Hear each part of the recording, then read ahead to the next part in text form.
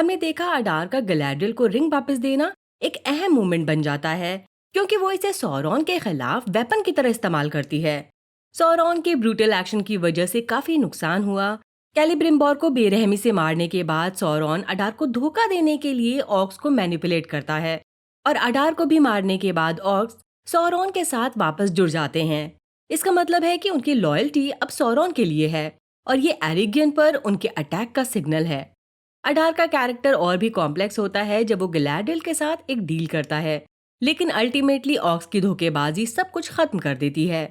वहीं न्यूमिनोर में फेराजॉन अपने सपोर्टर्स को इकट्ठा कर रहा है, जिससे मिरियल एलेंडिल को लेजेंडरी स्वॉर्ड नर्सिल देती है ताकि वो अपनी किस्मत लिख सके। नर्सिल की इंपॉर्टेंस बढ़ जाती है क्योंकि ये वही स्वॉर्ड है जिससे इसिल्दुर सौरॉन का हाथ काटकर उसकी वन रिंग हासिल करता है। इस स्वॉर्ड का एलेंडिल के हाथ में आना एक नई उम्मीद का सिग्नल है। जब पेलरगिर के लोग मुसीबत में थे और उन्हें हेल्प की जरूरत थी, उस वक्त केमेन ने उनकी मदद करने की बजाय उन्हें न्यूमिनोरियन स्लेव बना दिया। उन्हें महल बनाने के काम पर लगा दिया और इसके बदले में खाना देने का वादा किया। बेसिकली उन लोगों को फोर्स लेबर करने पर मजबूर किया गया, जिसमें उनके पास कोई चॉइस नहीं थी। इस तरह के एक्शन से केमेन का असली इरादा सामने आता है। वो अपने पिता फेराजॉन के अगेंस्ट दिख रहा है। उन्हें स्लेव्स बनाकर केमन ने सिर्फ अपने फायदे के लिए सिचुएशन को एक्सप्लॉइट किया, जिससे न्यूमिनोर में महल बनाने का काम जल्दी कंप्लीट हो सके। अब बात करें प्रिंस डूरिन की, तो उसने बलरॉग के साथ हुई लड़ाई में अपने पिता को खो दिया था। ऐसे सिचुएशन के बावजूद उसने ड्वार्फ्स को एल्व्स की हेल्प करने एरिगन भेजा ताकि वो ऑक्स को हरा सकें। यह अलायंस ड्वार्फ्स और एल्व्स के बीच की दोस्ती को और मजबूत करता है। जबकि स्ट्रेंजर के लिए डार्क विजर्ड का अटैक एक टेस्ट की तरह था, जिससे उसकी लॉयल्टी को चेक करने की कोशिश की जाती है। ये डिसीजन उसे अपनी पावर्स और अपनी असली आइडेंटिटी की तरफ ले जाता है, जो गैंडाल्फ बनने की तरफ इशारा करता है। अगर सब कुछ मिलाकर देखा जाए तो सीजन 2 की एंडिंग बहुत ही इंटरेस्टिंग है। सौरॉन की पावर बढ़ रही है और अब एल्व्स और ड्वार्फ्स के पास कुछ ही ऑप्शंस हैं, या तो वो अटैक करें या फिर रीग्रुप करें। कैलिब्रिम्बोर के वर्ड्स गैलाड्रियल को हिम्मत देते हैं और उसमें उम्मीद जगाते हैं कि ये अंधेरे के खिलाफ जीत सकते हैं। ये सब डेवलपमेंट सीजन 3 के लिए काफी सवाल खड़े करते हैं, जैसे कि क्या गैंडाल्फ अपनी असली पावर को समझेगा, केमन का अगला कदम क्या होगा, और न्यूमिनोर और एरिगन के लोग कैसे इस सिचुएशन से निकलेंगे। सीजन 2 का एंड ये सब सवाल उठाता है, जो ऑडियंस को अगले सीजन का इंतजार करने पर मजबूर कर रहा है। स्ट्रेंजर ने पॉपी, नॉरी और स्टूअर्स को डार्क विजर्ड के गुस्से से तो बचा लिया, लेकिन स्टूअर्स का घर पूरा तबाह हो गया था। इसलिए अब उन्होंने नया घर ढूंढने के लिए एक लंबी जर्नी शुरू कर दी। पॉपी को मैरीमैक से प्यार था, तो उसने स्टूअर्स के साथ चलने का फैसला किया और वो उनका नया घर बनाने में हेल्प करेगी। स्टूअर्स ने स्ट्रेंजर को ग्रैंड एल्फ कहकर बुलाना शुरू किया और ये नाम बन गया गैंडाल्फ।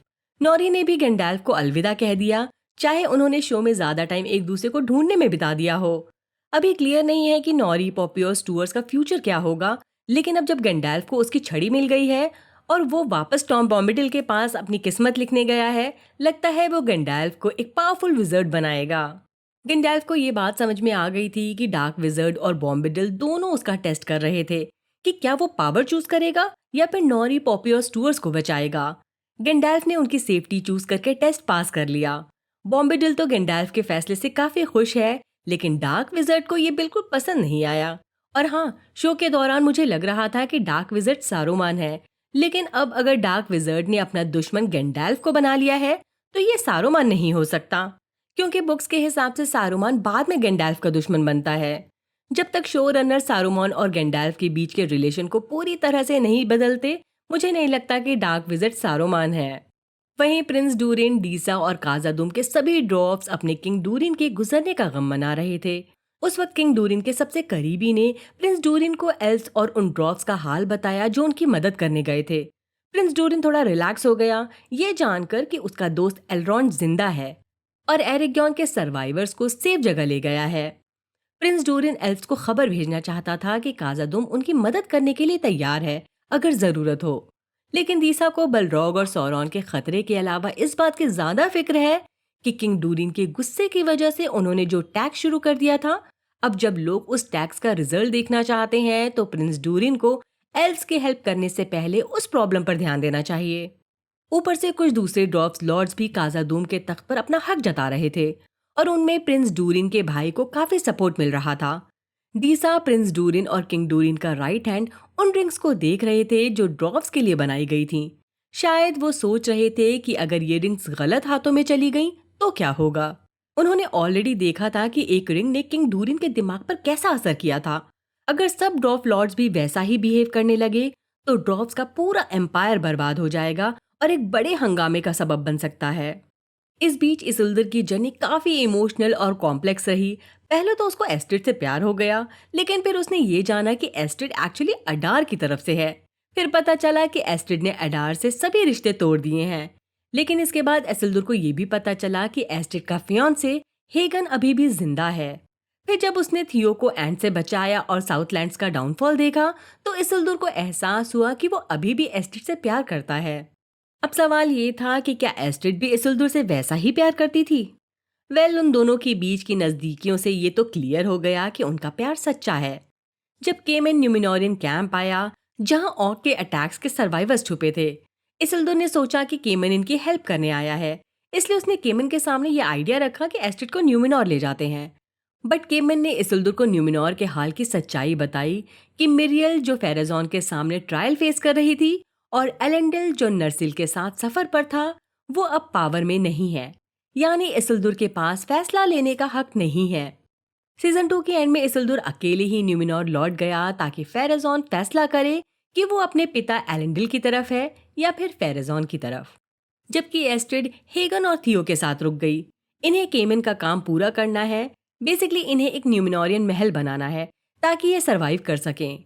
टोल्किन की बुक्स में इसिल्दुर के बच्चे होते हैं, लेकिन उसके लवर का नाम कभी मेंशन नहीं किया गया, यानी ये हो सकता है हम एस्ट्रिड और इसिल्दुर को आगे एक साथ देखें। दूसरी तरफ गैलाड्रियल ने सौरॉन के खिलाफ बहुत ही जोरदार जंग लड़ी, लेकिन the rings of power season 2 की एंड में उसे डार्क लॉर्ड के क्राउन से चोट लग गई जो पहले मॉर्गोथ का था। गैलाड्रियल सौरॉन को उन रिंग से दूर नहीं रख पाई जो इंसानों के लिए बनाई गई थी और वो रिंग सौरॉन ले गया। लेकिन सौरॉन उस रिंग को नहीं ले पाया जो गैलाड्रियल ने पहनी हुई थी। हमने सीजन 2 के फर्स्ट एपिसोड में देखा एल्रॉन ने एल्व्स की रिंग को हाई किंग गिल-गैलाड और गैलाड्रियल से बचाने के लिए वाटरफॉल में छलांग लगाई थी। बिल्कुल वैसे ही गैलाड्रियल भी अपनी रिंग लेकर एक चोटी से कूद पड़ी ताकि सौरॉन से दूर हो सके। लेकिन यहाँ कोई नदी नहीं थी, इसलिए वो सीधा एक पेड़ पर गिरी और किसी तरह जमीन तक पहुंच गई। एरेंडेर, गिल-गैलाड और एल्रॉन की जब उस पर नजर पड़ी तो वो फौरन उस जगह पहुंचे और देखा कि सौरॉन के क्राउन से गैलाड्रियल बुरी तरह घायल है। फिर एल्रॉन ने गैलाड्रियल की रिंग पहनी और गिल-गैलाड ने अपनी। दोनों ने रिंग का इस्तेमाल करके उस डार्क पावर को गैलाड्रियल की बॉडी से निकाल दिया, इससे पहले कि वो उसे पूरी तरह निकल जाती। जब गैलाड्रियल ठीक होने लगी, एल्रॉन ने एरिगन के सर्वाइवर्स का ध्यान रखा और उन्हें सेफ जगह ले गया। एक और सीन में हम देखते हैं कि सौरॉन कैलिब्रिम्बोर के हैमर को उठा लेता है, शायद इस इरादे से कि वो अब वन रिंग बनाएगा जो सभी रिंग्स को कंट्रोल करेगी। जब गैलाड्रियल, एल्रॉन, गिल-गैलाड, एरेंडियर और बाकी एल्व्स इकट्ठा हुए तो उनके सामने दो चॉइसेस थीं, या तो अपनी बची हुई पावर को इकट्ठा करके सौरॉन पर अटैक करें या फिर पीछे हटकर अपनी ताकत वापस से जमा करें।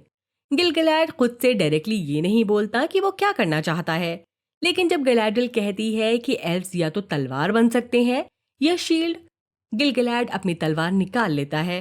तो लगता है कि एल्व्स सौरॉन के खिलाफ जंग में जाने की तैयारी कर रहे हैं। अभी एल्व्स के पास ज्यादा ताकत नहीं है, पर अगर गैलाड्रियल इतनी ऊंचाई से गिरकर बच सकती है तो शायद एल्व्स भी सौरॉन को कुछ वक्त के लिए रोकने में कामयाब हो सकते हैं।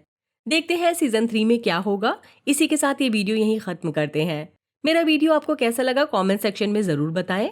अगर पसंद आया हो तो लाइक करें और चैनल को सब्सक्राइब करना ना भूलें। बेल आइकन नहीं दबाया है तो दबा लें, वरना आपको नोटिफिकेशन नहीं मिलेगी। अगर फिल्मी स्टोरी बॉक्स को सपोर्ट करना चाहते हैं तो प्लीज ऐड बिना स्किप किए देखें, उस बीच आप कुछ और भी कर सकते हैं। बाय, अपना ख्याल रखिए।